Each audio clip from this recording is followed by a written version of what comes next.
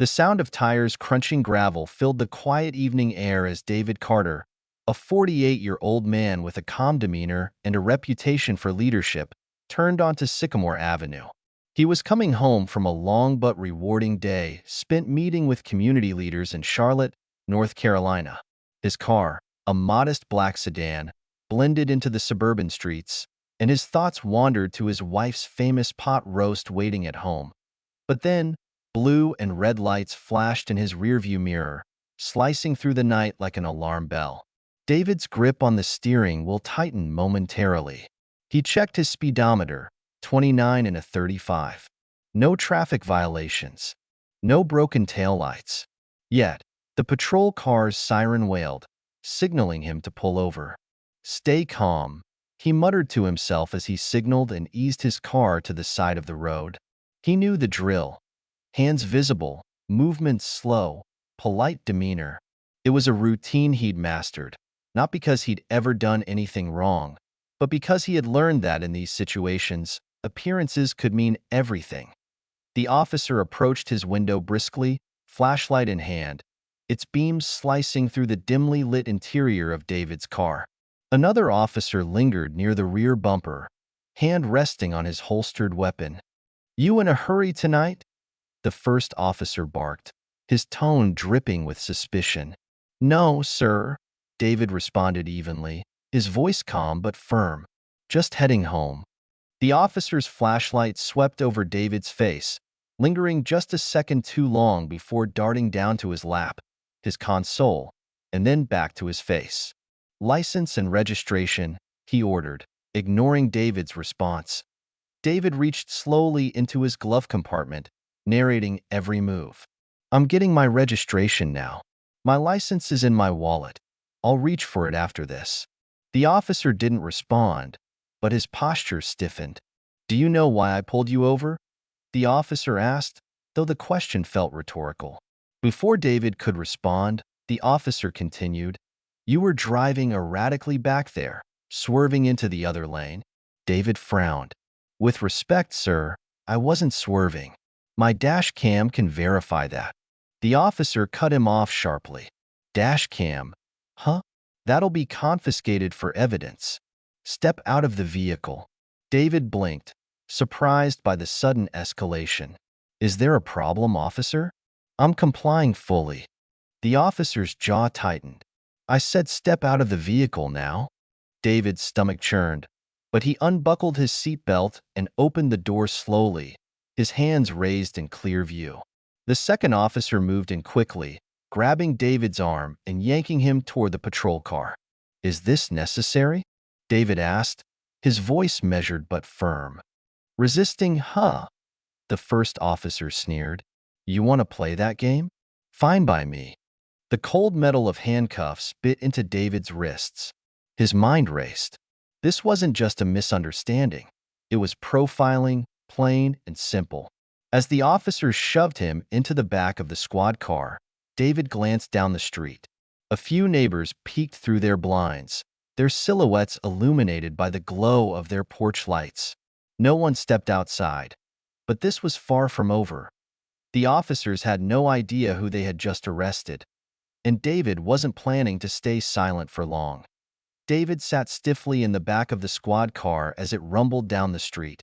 The two officers up front exchanged casual conversation as if they hadn't just unlawfully detained a man without cause.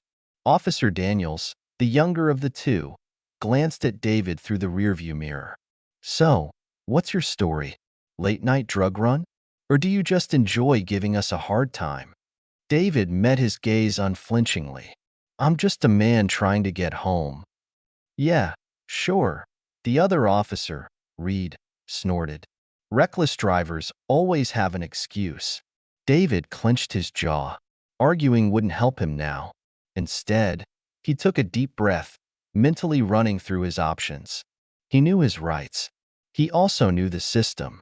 And he knew that in moments like these, the system would rarely favor him.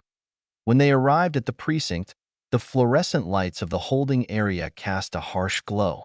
Daniels removed the cuffs with an exaggerated flourish, as if making a point. "Welcome to our humble abode." You're going to be here for a while. Am I being charged? David asked calmly, rubbing his wrists where the cuffs had bitten into his skin. Reed smirked. We'll let you know once we figure that out. Sit tight. David was led into a small, cold holding cell. The door clanged shut behind him. He sat on the bench, his mind a whirlwind of thoughts.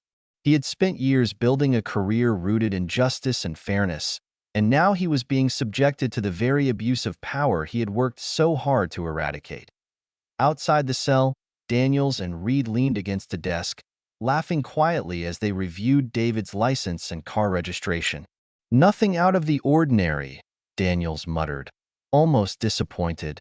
Doesn't matter, Reed replied with a smirk. We'll find something. Guys like him always have skeletons in the closet. David overheard their exchange, his expression unreadable. He remained seated, hands clasped, posture steady. He wasn't angry. He was calculating. He knew his patience would pay off soon enough. Hours dragged by. Other officers came and went, casting curious glances at the man in the cell. None of them seemed to recognize him, but David didn't expect them to. He was new to the area, having taken his position only 3 weeks prior. Finally, just as dawn began to streak the sky with faint orange hues, David heard footsteps approaching. A stern-looking officer, clearly higher-ranking, appeared in front of the cell. Her badge read Lieutenant Morgan. She carried an air of authority that immediately contrasted with the 2 officers who had arrested him. She frowned as she glanced at David, then back at the paperwork in her hand. What's going on here? Daniels stepped forward. Picked him up last night for reckless driving and resisting arrest. Morgan arched an eyebrow. Reckless driving? Where's the evidence? We haven't processed it yet, Reed said casually. Leaning against the desk, Morgan's expression hardened as she glanced at David. Sir, do you have any idea why you were stopped? David stood, meeting her gaze calmly. I was told it was for reckless driving, which I categorically deny. I also have a dash cam that can verify my version of events. Morgan exhaled sharply, clearly displeased. Get the dash cam footage now, she ordered the 2 officers. Then she turned back to David. And you, follow me. Moments later, David was seated across from Morgan in her office. The tension in the air was thick. Morgan folded her hands on the desk and studied him for a moment. Who are you really? She finally asked. You're far too composed for someone who just spent the night in a holding cell. David leaned back slightly, giving her a small, measured smile. Let's just say I've been in situations like this before. I've learned to stay calm. Morgan studied him a moment longer before nodding. Fair enough. But I have a feeling this isn't the last we'll hear about this situation. David knew she was right. This was just the beginning.